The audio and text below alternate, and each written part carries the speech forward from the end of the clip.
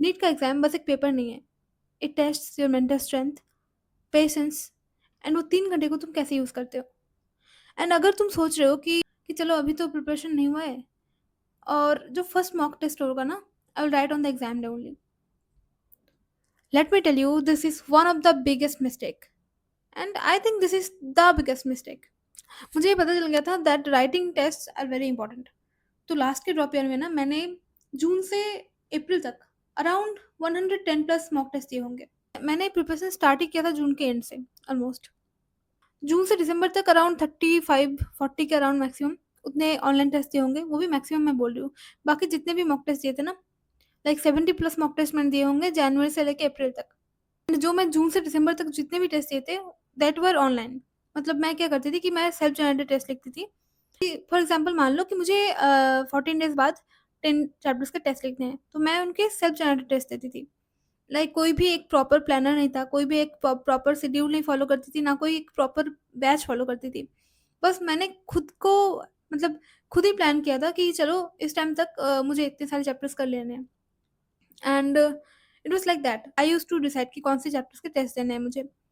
तो पहले के कुछ टेस्ट में it was like very bad. मैं जब बैठती थी ना इट वाज़ ट्रॉमेटिक एक्सपीरियंस। मतलब वो 3 घंटे मतलब दिमाग कंप्लीटली फ़ोकस नहीं कर पाता था। मतलब मैं क्वेश्चन कैसे करूँ? क्वेश्चन देखती थी सामने तो मुझे लगता था कि यार इसे सॉल्व कैसे करना है?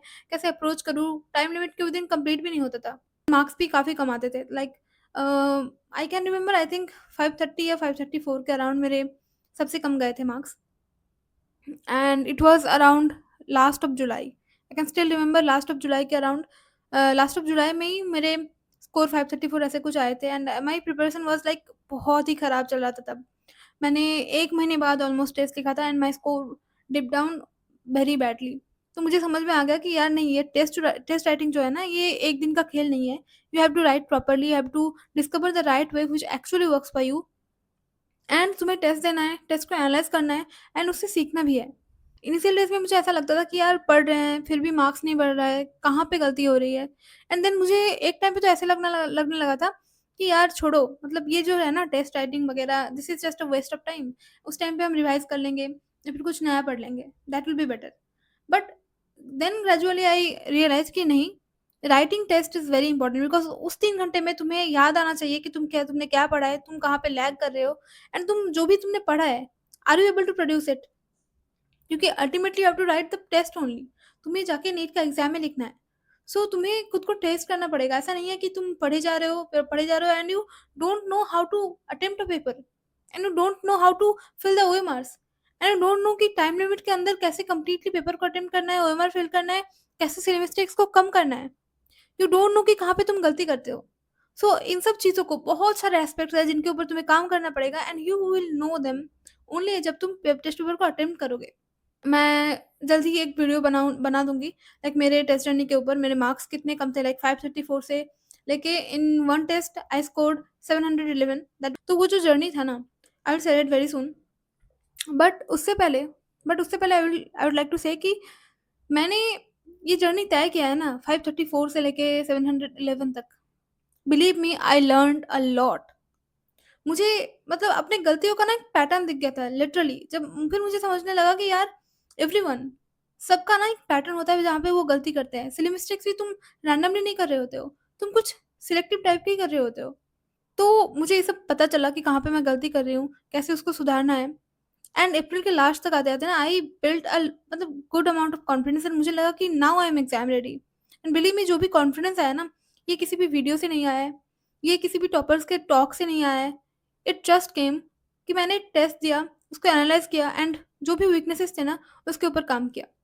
Believe me, it means a lot. कभी लगता है कि यार प्रिपरेशन नहीं हुआ है, छोड़ देते हैं, टेस्ट नहीं देते, स्किप कर दो, क्या ही फ़र्क पड़ता है। बट अभी तक तुमने जो किया है, ठीक है, उसको साइड में रखो, start writing test from now. अभी अगले टाइम पे जो भी टेस्ट आ रहा है उसको सीरियसली लो, ठीक है? 50% प्रिपेयर कर पाएँगे, कोई बात नहीं, 50% प्रिपेयर करेंगे, उसी को ही देंगे, उसी पेपर देंगे। But I am not going to skip the test. कोई बात नहीं, जो मेरा स्ट्रेंथ है, जो मैं रिवाइज़ कर सकती हूँ उस टाइम पीरियड के विदिन, उसको रिवाइज़ कर लूँगी, but will write the test. Because because skipping test is a very bad habit and उसे तुम्हें चेंज करना होगा। If you want a change in the result, you have to change the habit you are in. Currently जो भी तुम गलतियां कर रहे हो, तुम एक एक करके अपनी गलतियों को सुधारोगे, तभी जाके रिजल्ट इंप्रूव होगा ना। तो अभी तक अगर ये कर भी रहे थे, टेस्ट अटेम्प्ट नहीं कर रहे थे, कोई बात नहीं, स्टार्ट फ्रॉम नाउ। अभी इनिशिएटिव लो and start it. And lastly, अगर तुम मुझे पूछो what should be the cycle जो तुम्हें फॉलो करना चाहिए to crack NEET exam, it will be learn the concepts, revise them, practice questions, revise again, write mocks, find your weakness, analyse them, उसके ऊपर काम करो। एंड ये जो साइकिल है ना, उसको रिपीट करो till the exam day. And to be honest, this was the cycle जिसने मुझे हेल्प किया 534 से 711 तक पहुंचने में इन द मॉक टेस्ट। देखो, मैं बस इतना कहना चाहती हूँ कि अभी शुरुआत है, अभी मार्क्स फ्लक्चुएट करेंगे, एग्जाम टेस्ट लिखने का मन नहीं करेगा, यू विल फील कि तुम पढ़ रहे हो, इनपुट तो दे रहे हो, लेकिन कुछ भी मैनेज नहीं कर पा रहे हो। ना तो टेस्ट में मार्क्स बढ़ रहे हैं, ना ही तुम कंप्लीट अपने लेक्चर्स टीपीपी सब कुछ कंप्लीट कर पा रहे हो। लेकिन बस एफर्ट देते रहो, कंसिस्टेंट रहो, बिलीव मी, लास्ट तक जाते जाते मार्क्स बढ़ेंगे, कॉन्फिडेंस बढ़ेगा, and you will be the one जो सब कुछ मैनेज कर पाएगा। एंड ये ज़रूरी नहीं है कि तुम 100 टेस्ट लिखो, बिल्कुल भी ज़रूरी नहीं है। तुम अभी से लेके अगर 50-60 टेस्ट भी लिखते हो ना, बट सीरियसली लिखते हो, उसके ऊपर काम करते हो, एनालाइज करते हो अच्छे से, एंड जो भी गलतियाँ कर रहे हो उसको रिपीट नहीं करते हो, believe me, it will B splendid. बस ग्राइंड करते रहो, इम्प्रूव करते रहो, और अपने ड्रीम के लिए खुद के साथ ऑनेस्ट रहो। At the end, everything will work out. All the best.